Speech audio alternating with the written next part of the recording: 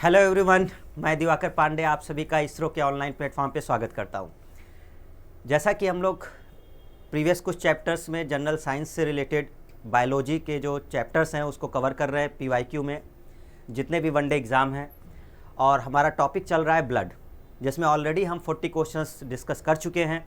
उसी में हमारा जो नेक्स्ट है 40 के आगे उन क्वेश्चंस को कवर करते हैं और आज ये चैप्टर हमारा कंप्लीट हो जाएगा। ठीक है, तो चलिए ज़्यादा टाइम न लेते हुए स्टार्ट करते हैं बच्चों। क्वेश्चन नंबर 41 जो ब्लड चैप्टर का है, ये पार्ट 3 है, क्योंकि पार्ट 2 पिछली क्लास में हम लोग कवर कर चुके हैं। पार्ट 1 और 2, पार्ट 3 ये हमारा चैप्टर कंप्लीट हो जाएगा। क्वेश्चन नंबर 41 क्या कहता है, तो पढ़ते हैं इसको। लिखा है कि नॉर्मल कोलेस्ट्रॉल लेवल, जो मानव रुधिर है ह्यूमन ब्लड, उसमें कोलेस्ट्रॉल का लेवल नॉर्मल कितना होना चाहिए। ठीक है, और आपके पास ऑप्शन है 200 से 239 मिलीग्राम पर डेसीलीटर, 240 से 260 मिलीग्राम पर डेसीलीटर, 260 से 270 या 180 से 200। तो क्या आंसर होना चाहिए इसका? तो कोलेस्ट्रॉल लेवल जब सामान्य की बात हो रही है तो इसका मतलब आपका ऑप्शन नंबर कौन सा है बच्चों? ऑप्शन नंबर डी है, 180 से 200 मिलीग्राम पर डेसीलीटर। देखिए, कोलेस्ट्रॉल बहुत अच्छा तो नहीं कहेंगे कि अगर कोलेस्ट्रॉल लेवल ज़्यादा हो जाएगा तो, अगर ज़्यादा हो जाएगा तो इसका मतलब कि आपके हार्ट पे प्रभाव पड़ेगा, है ना, क्योंकि फिर जो आर्टरीज वगैरह होती है वो उसके ब्लॉकेज होने के चांस बढ़ जाते हैं। क्वेश्चन नंबर 42 देखते हैं, क्या बोल रहा है कि जब व्यक्ति के हृदय का दाहिना निलय सिकुड़ता है तो ब्लड किस में पंप होता है। ये दाहिने निलय की बात कर रहा है, यानी कि राइट वेंट्रिकल की। तो जैसा कि हम लोग हार्ट के बारे में जानते हैं कि हार्ट के जो 4 चैम्बर हैं आपके, उसमें 2 चैम्बर जो लेफ़्ट वाले हैं और एक आपका राइट वाला है। इधर ऊपर क्या होता है? एट्रियम, ये लेफ़्ट एट्रियम और राइट एट्रियम, ये राइट वेंट्रिकल और लेफ़्ट वेंट्रिकल, यानी कि 2 आलिंद और 2 निलय होते हैं। और होता क्या है कि जो लेफ़्ट वाला पोर्शन है यहाँ से पल्मोनरी जुड़ी होती है, पल्मोनरी वीन जुड़ी होती है, फुफ्फुसीय सिरा। और जबकि जो दाहिना वाला होता है, इस दाहिने वाले जो निलय है, उस दाहिने वाले निलय से पल्मोनरी आर्टरी जुड़ी होती है, पल्मोनरी आर्टरी जुड़ी होती है। ठीक है, तो क्वेश्चन कह रहा है कि जब व्यक्ति के हृदय का दाहिना निलय सिकुड़ता है, मतलब इसकी बात कर रहा है, दाहिना निलय जब सिकुड़ता है, राइट वेंट्रिकल, तो ब्लड किस में जाएगा? वेना केवा नहीं, अयोटा, अयोटा तो लेफ्ट वाले से जुड़ा होता है, यहाँ से जुड़ा होगा। पल्मोनरी आर्टरी, हाँ, राइट वेंट्रिकल को अगर हम देखें तो पल्मोनरी आर्टरी जुड़ी होती है, और पल्मोनरी वीन किससे जुड़ी होती है? लेफ्ट वाले से जुड़ी होती है ना। तो हम क्या आंसर देंगे इसमें? Pulmonary artery. ये करती क्या है पल्मोनरी आर्टरी आपकी? यहाँ से जो इम्प्योर ब्लड है ना, अशुद्ध यानी कि CO2 वाला जो ब्लड होता है, उसको दाहिने निलय से फेफड़े तक पहुँचाती है। ठीक है ना, जबकि पल्मोनरी वीन क्या करती है? फेफड़े से ऑक्सीजन वाले ब्लड को वापस लाती है। ठीक है, तो सही आंसर आपका कौन सा है? C option. ठीक है बच्चों, क्वेश्चन नंबर 43 कह रहा है कि ह्यूमन हार्ट में बाइक्यूस्पिड वाल्व कहाँ होती है। क्वेश्चन नंबर 43 देखिए, बाइक्यूस्पिड वाल्व कहाँ होती है। तो जो अभी हमने चैम्बर बनाए थे ना, 4 चैम्बर आपके हार्ट के, तो ये जो राइट और लेफ्ट वाला पोर्शन होता है, ये left atrium, left ventricle, right atrium और राइट वेंट्रिकल, ऐसे। ठीक है, ये राइट वाला पोर्शन है। तो इन दोनों के बीच में एक वॉल्व लगी होती है, लेफ्ट एट्रियम और लेफ्ट वेंट्रिकल के बीच में, जिसको हम लोग बाइक्यूस्पिड वॉल्व के नाम से जानते हैं, क्योंकि ब्लड जब यहाँ आता है तो वहाँ से फ्लो होकर के वेंट्रिकल में पहुँचता है और यहाँ से फिर कहाँ जाता है? अयोटा में जाता है। तो ये वाला जो पोर्शन है लेफ्ट वाला, तो सही कौन सा है? ऑप्शन आप देखें, लेफ्ट एट्रियम और लेफ्ट वेंट्रिकल, बायां आलिंद और बायां निलय। ऑप्शन नंबर कौन सा है? बी नंबर, ये वाला ऑप्शन। ठीक है, तो बाइक्यूस्पिड वॉल्व आपका कहाँ होता है? लेफ्ट एट्रियम और लेफ्ट वेंट्रिकल में। ठीक है, क्वेश्चन नंबर 44 देखते हैं, यदि व्यक्ति के शरीर से स्प्लीन को निकाल दे तो क्या होगा। देखिए, स्प्लीन को निकाल देंगे तो क्या क्या होगा, यानी कि प्लीहा जिसको बोलते हैं, स्प्लीन ग्रेवयार्ड कहलाती है, graveyard of RBC, graveyard of RBC हम लोग किसे बोलते हैं? हम लोग ये स्प्लीन को बोलते हैं, यानी कि प्लीहा को बोलते हैं। इसका मीनिंग क्या होता है? ग्रेवयार्ड ऑफ आरबीसी का मतलब कब्रिस्तान। आरबीसी का क्या? कब्रिस्तान, जहाँ पर जाकर के आपकी जो मृत आरबीसी हैं वो वहाँ पहुँचती हैं, है ना। अगर ये निकाल देंगे तो यानी कि ये फिल्टर होना बंद हो जाएगा जो डेड आरबीसी का है, तो पूरे ब्लड में मौजूद होने लगेंगे, क्योंकि कहाँ जाकर के वो मरते हैं? आपका ग्रेवयार्ड में। तो अगर आप स्प्लीन निकाल देंगे तो जो अब मृत आरबीसी है ना वो फिल्टर नहीं हो पाएगी और वो पूरे ब्लड में मौजूद हो जाएगी, क्योंकि उसका कब्रिस्तान तो ख़त्म हो गया, तो जाएंगे कहाँ पर? तो घूमते रहेंगे फिर इधर उधर। क्वेश्चन नंबर 46, ह्यूमन हार्ट के किस पार्ट में, क्वेश्चन नंबर 44 हुआ था तो क्वेश्चन नंबर 45, ठीक है। क्वेश्चन नंबर 45, शरीर का ब्लड बैंक किसे कहते हैं? देखिए इससे पहले जो क्वेश्चन हुआ था ना, ग्रेवयार्ड ऑफ आरबीसी, उसी को ब्लड बैंक ऑफ बॉडी भी कहते हैं। तो शरीर का ब्लड बैंक कौन कहलाएगा? स्प्लीन ही कहलाता है। तो दोनों पॉइंट आपको ध्यान रखने हैं बच्चों, कि चाहे वो ग्रेवयार्ड पूछे, ग्रेवयार्ड ऑफ आरबीसी, या फिर वो ब्लड बैंक ऑफ बॉडी पूछे, तो दोनों के आंसर क्या होते हैं? स्प्लीन को ही कहा जाता है, ठीक है। आइए क्वेश्चन नंबर 46 देखते हैं कि ये क्या बोलता है। ह्यूमन हार्ट के किस पार्ट में डीऑक्सीजनेटेड ब्लड होता है? किस में डीऑक्सीजनेटेड होता है? देखो जो चैम्बर है ना हमारे 4, इसमें से जो लेफ्ट वाले पोर्शन है, जिसको हम लोग लेफ्ट एट्रियम और लेफ्ट वेंट्रिकल बोलते हैं, जो दाहिना वाला है राइट एट्रियम और राइट वेंट्रिकल, ये 4 चैम्बर में से इन दाहिने वाले पोर्शन में ये जो दोनों पोर्शन है इनमें होता है डीऑक्सीजनेटेड। इधर कौन सा ब्लड होता है बच्चों? डीऑक्सीजनेटेड, यानी कि CO2 वाला ब्लड, यहाँ CO2 वाला ब्लड होता है। और इस वाले पोर्शन में क्या होता है? इधर होता है ऑक्सीजनेटेड, ऑक्सीजनेटेड ब्लड, ठीक है। तो यहाँ पे क्वेश्चन में क्या पूछा गया था कि डीऑक्सीजनेटेड ब्लड कहाँ होता है? तो राइट पोर्शन में होगा, तो हम यहाँ पर क्या बोलेंगे? राइट वाला। वैसे यहाँ पे दोनों चीज़ें लिख दी गई हैं, राइट एट्रियम और राइट वेंट्रिकल, है ना, क्योंकि ये दोनों पोर्शन में आपका रहता है। आता कहाँ पर है? पहले राइट एट्रियम में आता है। तो वैसे तो ऑप्शन दोनों होने चाहिए, ए और बी, ठीक है। एंट्री कहाँ से होती है? एट्रियम से होती है। एंट्री कहाँ से होती है? एट्रियम से होती है। फिर वहाँ से होकर के ब्लड कहाँ पहुँचता है? वेंट्रिकल में, है ना। एंट्री एट्रियम से होती है। क्वेश्चन नंबर 47, हार्ट का पेसमेकर कहाँ होता है? हार्ट का जो पेसमेकर क्या होता है? पेसमेकर हृदय की गति को बनाए रखता है, मतलब हृदय जो पंप कर पा रहा है, जो उसके सेल्स हैं वो काम कर पा रही हैं सही तरीके से। जैसे हम कहते हैं ना कि हार्ट बीट कितनी होती है? 72 पर मिनट, हार्ट की एक नॉर्मल एडल्ट पर्सन की, तो वो सही से काम कर पाता है। किसकी वजह से? पेसमेकर की वजह से, जो इसका एक नेचुरल होता है। तो अब जो हार्ट के जो 4 चैम्बर होते हैं उसमें से एक लेफ्ट एट्रियम और लेफ्ट वेंट्रिकल, राइट एट्रियम और राइट वेंट्रिकल, इसमें जो दाहिना पोर्शन है ना ये वाला, यहाँ पर होता है ऐसे नोड, ऐसे नोड, और यही होता है नेचुरल पेसमेकर। यही हार्ट का क्या है? नेचुरल पेसमेकर है, यानी कि जब हमारा हार्ट काम कर रहा होता है। तो दाहिना वाला जो आलिंद होता है वहाँ पर होता है नेचुरल पेसमेकर। तो अब हम देखेंगे कि कौन सा ऑप्शन है, right ventricle, left ventricle, right atrium. दायां आलिंद की बात हो रही है, तो इसका मतलब है राइट एट्रियम। और ये भी याद रखना है बच्चों कि किसको बोलते हैं? ऐसे नोड बोला जाता है ना, ऐसे नोड, उसे हम लोग कहते हैं पेसमेकर, जो नेचुरल वाला होता है। क्वेश्चन नंबर 48 में देखते हैं। क्वेश्चन नंबर 48 बहुत इजी क्वेश्चंस हैं, है ना। क्लोज सर्कुलेटरी सिस्टम होता है फिश का, एम्फीबियंस का, बर्ड्स का, या ऑल? क्लोज्ड, ठीक है। बंद रक्त परिसंचरण किनका होता है? क्या केवल फिश या एम्फीबियन या बर्ड्स में से, या फिर सभी का होता है? तो ध्यान रखिएगा ये सभी का होता है, ठीक है, ऑल। और दूसरी बात कि सर्कुलेटरी सिस्टम के बारे में बताया किसने था? तो वो व्यक्ति है हमारे विलियम हार्वे। कौन है? William Harvey.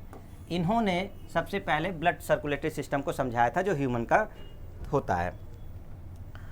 Question number 49, question number 49 में हम लोग देखेंगे कि क्या कह रहा है क्वेश्चन, कि धमनियों में कैसा ब्लड बहता है। ह्यूमन की जो धमनियाँ हैं यानी कि आर्टरीज हैं, उसमें किस प्रकार का ब्लड फ्लो करता है। देखो बच्चों, जो भी आर्टरीज होती है ना, आर्टरीज में ऑक्सीजनेटेड ब्लड फ्लो करता है। कैसा ब्लड फ्लो करता है? ऑक्सीजनेटेड ब्लड, है ना। और जितनी भी वेन्स होती हैं उन वेन्स में आपका डीऑक्सीजनेटेड होता है, डीऑक्सीजनेटेड। ओके, तो यहाँ पे कह रहा है कि धमनियों में कैसा बहता है, आर्टरीज पूछ रहा है, तो आर्टरीज में ऑक्सीजनेटेड होता है, जहाँ पर O2 की सांद्रता ज़्यादा हो, CO2 की ज़्यादा सांद्रता हो, या हार्ट से शरीर की ओर हो। अब देखो दो चीज़ें दे दी इन्होंने, एक तो ऑक्सीजनेटेड वाला पॉइंट तो है ही, लेकिन जब सी वाला ऑप्शन देखेंगे ना तो हार्ट से शरीर की ओर, ये भी एक क्वेश्चन ध्यान देना पड़ता है आर्टरीज से। आर्टरीज क्या करती हैं, ब्लड को हार्ट से बॉडी पार्ट्स को भेजती हैं, बॉडी पार्ट्स को, ठीक है।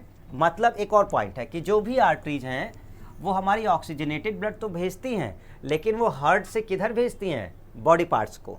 ये रिवर्स करती है, ये बॉडी पार्ट से वापस लाती हैं, बॉडी पार्ट से वापस हार्ट में लाती हैं। तो अब अगर हम यहाँ देखें तो दोनों चीज़ें ठीक हैं, O2 की सांद्रता ज़्यादा, ये तो बात सही है। CO2 वाला पॉइंट सही नहीं है क्योंकि आर्टरीज में होता नहीं है। तीसरा जो हार्ट से शरीर की तरफ लिखा है, ये बात भी सही है, ठीक है। इसका मतलब हमारा सही आंसर निकल के आएगा कि both A and C, D option आपको करना होगा, क्योंकि वो ऑक्सीजनेटेड ब्लड और हार्ट से बॉडी दोनों की तरफ भेजता है। आई होप कि ये वाला क्वेश्चन आपको अच्छे से क्लियर हो गया है।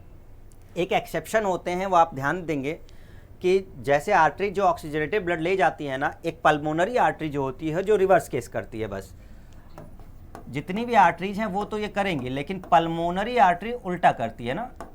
पल्मोनरी आर्टरी क्या करती है, CO2 वाला ब्लड, ये डीऑक्सीजनेटेड ब्लड ले जाती है। और इसी तरह से एक एक्सेप्शन इसमें भी होता है, वेन्स में भी होता है, जिसको हम लोग क्या कहते हैं, पल्मोनरी वेन्स। तो पल्मोनरी वेन क्या करती हैं, O2 वाला ब्लड, O2 वाला ब्लड। तो ये भी एक्सेप्शन भी ध्यान रखने हैं। नॉर्मल जितनी आर्टरीज हैं वो तो ऑक्सीजनेटेड ब्लड ले जाएंगे, लेकिन एक को छोड़कर, कौन सी बच्चों, पल्मोनरी आर्टरी को। और जितनी भी वेन्स हैं वो डीऑक्सीजनेटेड ब्लड ले जाती हैं, लेकिन एक को छोड़कर, कौन सी, पल्मोनरी वेन, ठीक है। तो अच्छे से हमने ये टॉपिक क्लियर कर लिया इस क्वेश्चन के माध्यम से, है ना। क्वेश्चन नंबर 50 देखते हैं, ब्लड और लिम्फ में क्या अंतर है, ब्लड और लिम्फ में क्या अंतर है। देखो ब्लड जो एक्चुअल में होता है ना, अगर आप इसमें ध्यान दें तो ब्लड में तो सारी चीज़ें प्रेजेंट है भाई, प्लाज्मा भी प्रेजेंट है इसमें, है ना, और ब्लड सेल्स भी प्रेजेंट हैं, ब्लड सेल। अब ब्लड सेल में क्या है, RBC भी मौजूद होती है, WBC भी होती है ना, प्लेटलेट्स भी होते हैं, प्लेटलेट्स भी मौजूद होते हैं। जबकि प्लाज्मा में आपका क्या होता है, वाटर होता है, और क्या होता है आपका, इसमें प्रोटीन होता है, अन्य मटेरियल होते हैं। तो ये सब चीज़ें इसमें प्रेजेंट होती हैं, ठीक है। अब WBC में लिम्फोसाइट्स आते हैं, मोनोसाइट्स आते हैं, न्यूट्रोफिल आते हैं, कई सारी चीज़ें होती है। लेकिन जो लिम्फ है ना एक्चुअल में, लिम्फ, तो लिम्फ में क्या होता है कि आपका ये RBC वगैरह नहीं होती, RBC वगैरह नहीं होती। हाँ, WBC कह सकते हैं कि इसमें WBC रहेंगी, लिम्फोसाइट्स वगैरह रहते हैं, लिम्फोसाइट ये सब यहाँ मौजूद होते हैं, ठीक है ना। RBC वाला पोर्शन नहीं रहता है, तो ये हमें थोड़ा सा ध्यान देना पड़ेगा। ऑप्शन नंबर 1 कहता है ब्लड में RBC प्लेटलेट्स होता है, जबकि लिम्फ में लिम्फोसाइट्स और WBC होते हैं। बात तो ठीक कह रहा है, ब्लड में WBC जबकि लिम्फ में WBC नहीं, ये बात तो गलत है। ब्लड में WBC जबकि लिम्फ में WBC नहीं, लिम्फ में WBC होता है जो लिम्फोसाइट होते हैं। ब्लड में ऑर्गेनिक सॉल्ट डिजॉल्व होते हैं, जबकि लिम्फ में ऑर्गेनिक सॉल्ट नहीं होते। सही आंसर ये ऊपर वाला आपका निकल के आएगा, A ऑप्शन एकदम करेक्ट देखेंगे ना तो ये वाला सही आएगा आपका, कि जबकि लिम्फ में लिम्फोसाइट और WBC, क्योंकि RBC नहीं होता लिम्फ में, वो पोर्शन हट जाएगा आपका, ठीक है। क्वेश्चन नंबर 51, फुफ्फुस शिरा में ब्लड कैसा बहता है, फुफ्फुस, which blood flow in lungs नहीं, इन द पल्मोनरी वीन। ये क्वेश्चन ऐसे है कि which blood flow in pulmonary vein, फुफ्फुस शिरा में कौन सा ब्लड बहता है। आपको अभी बताया था कि जो भी पल्मोनरी वीन्स हैं, फुफ्फुस शिरा, वो कैसा ब्लड लेके जाती हैं, O2 वाला ब्लड। ये एक्सेप्शन है, ठीक है ना बच्चों, ये एक्सेप्शन है, क्योंकि जितने भी वेन्स हैं वो क्या करती हैं, CO2 ब्लड ले जाती है, लेकिन पल्मोनरी वेन O2 वाला ब्लड ले जाती है, इसीलिए क्वेश्चन किया गया होगा। Impure blood, pure blood always impure blood, sometimes mix blood, ये वाला आपका कह सकते हैं प्योर ब्लड, ठीक है। क्योंकि इसमें आपका कैसा होगा, O2 वाला ब्लड होगा, है ना। और O2 वाले ब्लड को हम लोग प्योर के नाम से जानते हैं। 52, आरबीसी की मात्रा अचानक से बढ़ना क्या कहलाता है? ये एक रोग होगा, डिजीज होगी। तो ये कह रहे हैं कि अगर आरबीसी की मात्रा बहुत तेज़ी से बढ़ रही है तो हम उसे किस नाम से जानते हैं? क्या उसे हम पॉलीसिथीमिया कहते हैं, हीमोफीलिया कहते हैं, अनीमिया कहते हैं, या थैलासीमिया कहते हैं? क्या बोलते हैं हम लोग बच्चों? देखिए, अगर आरबीसी की मात्रा अचानक से बहुत तेज बढ़ रही है तो उस रोग का नाम होता है पॉलीसिथीमिया। क्या होता है? पॉलीसिथीमिया। हीमोफीलिया तो ब्लड क्लॉटिंग नहीं होगी, है ना। ये क्या होता है? खून का थक्का न बनना, खून का थक्का न बनना, ये होता है केस, है ना। अनीमिया क्या होता है? खून की कमी होना, खून की कमी होना, है ना। थैलासीमिया क्या होता है? हीमोग्लोबिन की कमी, हीमोग्लोबिन की कमी होना। तो क्लियर हो गया आपको सभी कि ए ऑप्शन सही है कि आरबीसी की मात्रा अचानक से बढ़ जाए तो पॉलीसिथीमिया कहते हैं। 53, ऊंचाई पर जाने पर आरबीसी का साइज क्या होगा? जैसे जैसे हम हाइट पर जाते हैं जहाँ पे ऑक्सीजन कम होने लगता है ना, तो ये बताना है कि आरबीसी का साइज बढ़ेगा या घटेगा, कोई परिवर्तन नहीं होगा या सभी? यस, ये तो बढ़िया क्वेश्चन है कि जैसे जैसे हम हाइट पे जाते हैं तो आरबीसी का साइज बढ़ना चाहिए या घटना चाहिए। क्या लगता है आप सभी को? सही आंसर इसका है क्या? बढ़ता है। जैसे जैसे हम हाइट पे जाएंगे तो क्योंकि ऑक्सीजन की मात्रा कम होने लगती है तो कोशिकाओं को ज़्यादा काम करना पड़ता है, ज़्यादा ऑक्सीजन लेनी पड़ती है, तो वो अपना साइज बढ़ा लेती हैं, ठीक है। 54, नेचुरल पेसमेकर ऑफ हार्ट किसे कहते हैं? देखिए, अभी हमने इसी प्रैक्टिस सेट में ही हम लोगों ने पीछे क्वेश्चन पढ़ रहे थे, जब उन्होंने क्या बोला था कि नेचुरल पेसमेकर कहाँ होता है हार्ट का? दाहिने आलिंद में, और उसे बोलते क्या है? SA node. तो ये तो बिल्कुल क्लियर था पॉइंट, एसए नोड कहा जाता है। और कहाँ पर होता है? दाहिने वाले आलिंद में, यानी कि राइट एट्रियम में। 55, स्टॉपिंग ऑफ हार्ट बीट क्या कहलाता है? अगर हार्ट काम करना बंद कर दे, बीट जो हार्ट बीट आते हैं उसके, वो अगर स्टॉप हो जाए तो हम क्या बोलते हैं उसे? कार्डियक अरेस्ट बोलेंगे, बायोप्सी बोलेंगे, एंजियोप्लास्टी बोलते हैं, क्या बोलते हैं? Yes, stopping of heart beat क्या कहलाएगा? बिल्कुल सही आंसर है आप लोग का। सही आंसर ऑप्शन ए निकल के आएगा, कार्डियक अरेस्ट। हम उसको कार्डियक अरेस्ट के नाम से ही जानेंगे। क्वेश्चन नंबर 56, दुनिया में किसका हृदय सबसे बड़ा होता है? ठीक है, blue whale, sperm whale, elephant या ह्यूमन? क्या आंसर आना चाहिए आप सभी का? जल्दी से कमेंट करें कि किसका हृदय सबसे बड़ा होता है। तो सही ऑप्शन आपका कौन सा निकल के आएगा? ए ऑप्शन, ब्लू व्हेल, है ना। तो ब्लू व्हेल का जो हार्ट है वो सबसे बड़ा होता है, और ये जीव भी बड़ा है। एंटीजेंस क्या होते हैं? एंटीजेंस क्या होते हैं? एंटीजेंस एक प्रकार के प्रोटीन हैं जो आरबीसी पे पाए जाते हैं, ठीक है ना। 2 पॉइंट होते हैं कि एंटीजेंस एक प्रोटीन है, और कहाँ पर होंगे ये आरबीसी के सरफेस पे होंगे। तो पहला ऑप्शन कह रहा है कि आरबीसी के सरफेस पे पाए जाते हैं। हाँ, ठीक है, बिल्कुल, एंटीजेंस आरबीसी के सरफेस पे पाए जाएंगे। और एक्चुअल में इनका नेचर क्या होता है? तो ये प्रोटीन पदार्थ होते हैं, ठीक है।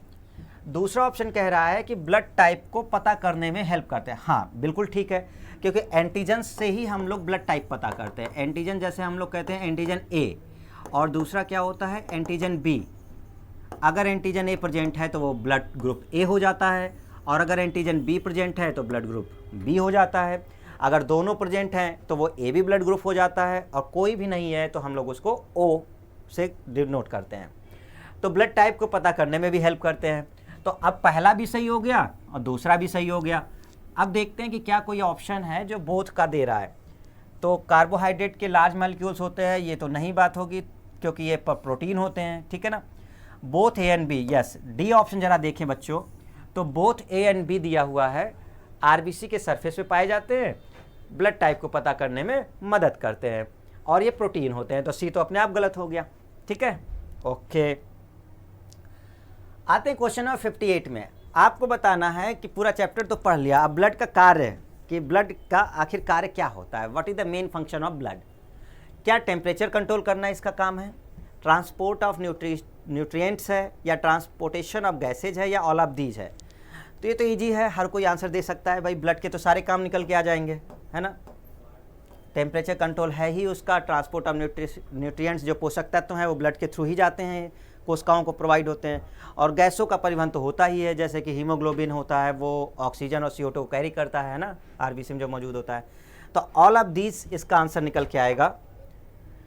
क्वेश्चन नंबर 59, इनमें से कौन सा रोग ब्लड से संबंधित है? देखिए कितना बढ़िया क्वेश्चन है कि आपके पास 4 ऑप्शन है और कह रहा है कि बताएं ब्लड से रिलेटेड है कौन सा।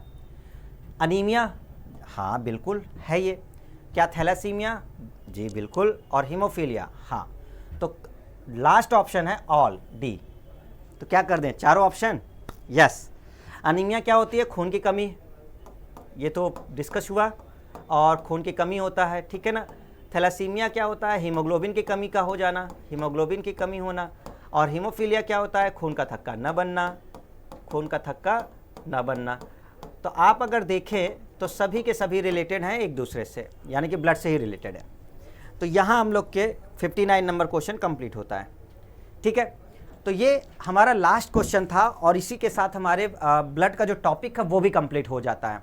तो आई होप कि पूरा चैप्टर बहुत अच्छे से कवर हुआ और जितने भी इंपॉर्टेंट प्रीवियस ईयर जितने भी वनडे एग्जाम होते हैं उनसे हम लोगों ने कवर किए हैं, ठीक है, जो आपके लिए बहुत हेल्पफुल होगा। तो आज के लिए हम लोग इतना ही रखते हैं बच्चों।